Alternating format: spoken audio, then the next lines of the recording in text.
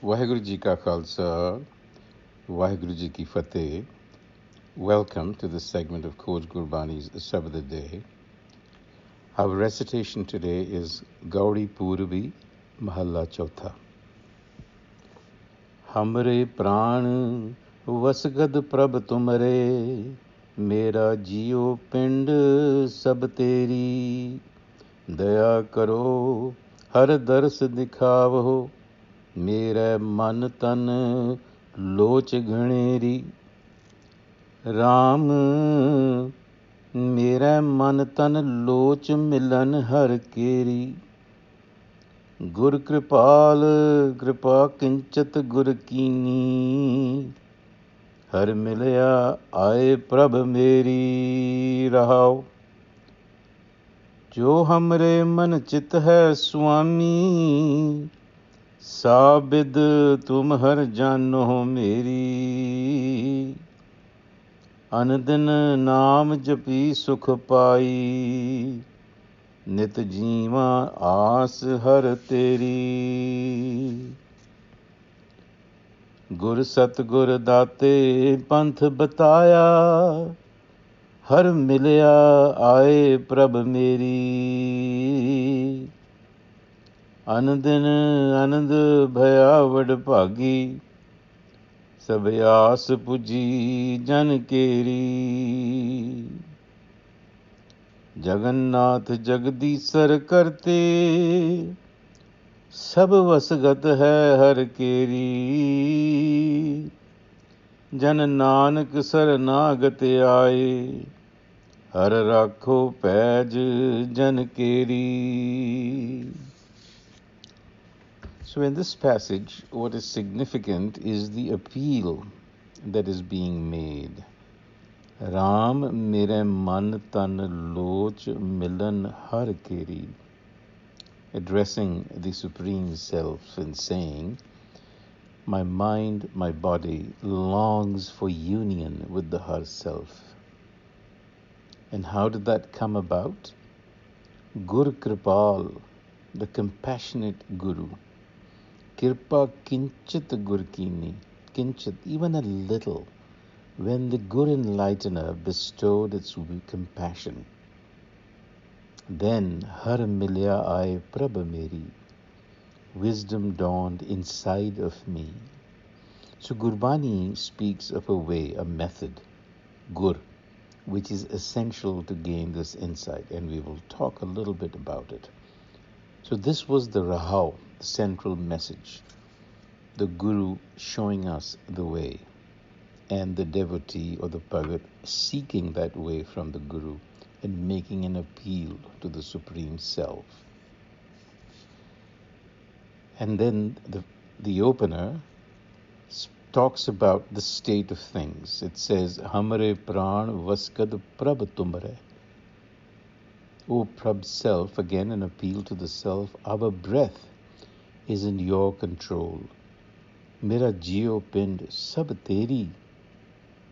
My body, my consciousness belongs to you. My breath is in your control. In other words, I am your creation. Daya karo, have mercy. Har dars dikhavo, cast your compassionate eye. And daras. Daras can also be read as darsan, which means to see with the eyes. It can also mean the thought process. It can also mean a philosophy. And here perhaps it has elements of all three. So har daras te avo, mere manatan loch ghaneri. Ghaneri is intense, density. Loch, it comes from lochan, which is the eyes. My eyes long for your vision. But we have to remember that the vision clearly cannot be dependent upon the physical eyes, because the Har Self has no physical features.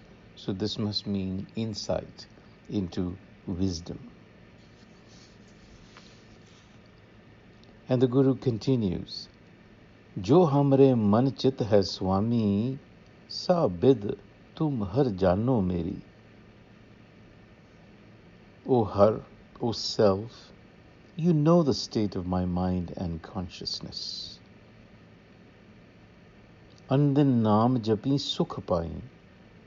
Reflection on self-knowledge brings comfort.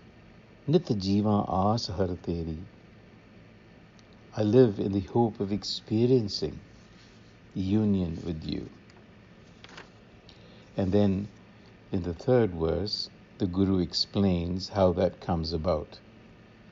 Gur Satgur Date Panth Bataya, Har Milya Aaye Prabh Meri, Andan Anand Bhaya, Vadapagi Sab Aas Puji Jan Keri. When the true enlightener, the Satgur, showed me the way, union with the self was achieved, and I found the self within. Prabh, I Prabh Meri, inside of me, inside the mind. And the joy of union is everlasting. Andin Anandabhaya. And with this good fortune, with this stroke of luck, the yearning of the seeker was fulfilled. Vadapagi. Fortunate, fulfilled. Sab aas puji janakeri. Jagannath Jagadisar karte, sab vasgat hai har keri. Jan Nanak Sarnagati Aaye, Har Rakho Paj Jan Keri.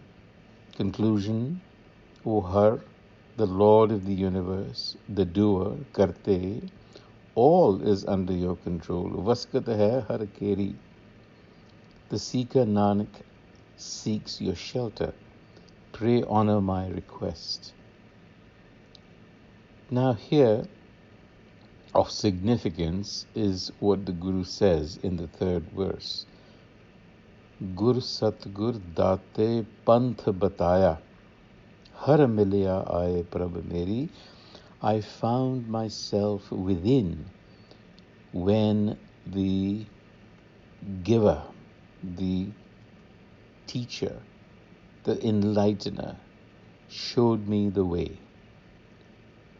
So the way here is Gurmat. So what does really Gurmat involve? How is it different from how we currently operate? One way to think of this is that we are really confined to the physical world. We interact with the world of matter through the senses and then process whatever we interact with in the brain and act accordingly. But the assumption of Gurmat is that this is only one side of reality, of what we are experiencing. There is another, which we are also experiencing, but not consciously, and that is the non-physical reality, which is perhaps more real than physical reality. And that non-physical essence from which the physical emerges is what is being referred to here as the higher self or the supreme self, because it has no physical attributes. So what Gurmat involves, it's not just the senses. We learn through Gurmat to open up a second set of senses to deal with non-physical information. In other words, we combine the mind that deals with the physical world through the physical senses with another set of senses, if you will. And we could call these senses collectively intuitive awareness. Because the non-physical is also a body of information that is not accessible to the senses, but it is accessible through intuition. So we have to cultivate, we have to develop that faculty and then combine it with our senses. So in other words, our mind currently consciously operates with very little capacity. We have other capacities that we are not aware of, and it sort of works in the background, and so we have no real control or understanding. But when we begin to understand the second set of senses, intuitive awareness collectively, so to speak, they're non-physical, then you begin to create a dialogue with the universe, a direct dialogue with the universe. And when that happens, you begin to cultivate and develop a harmony with the universe.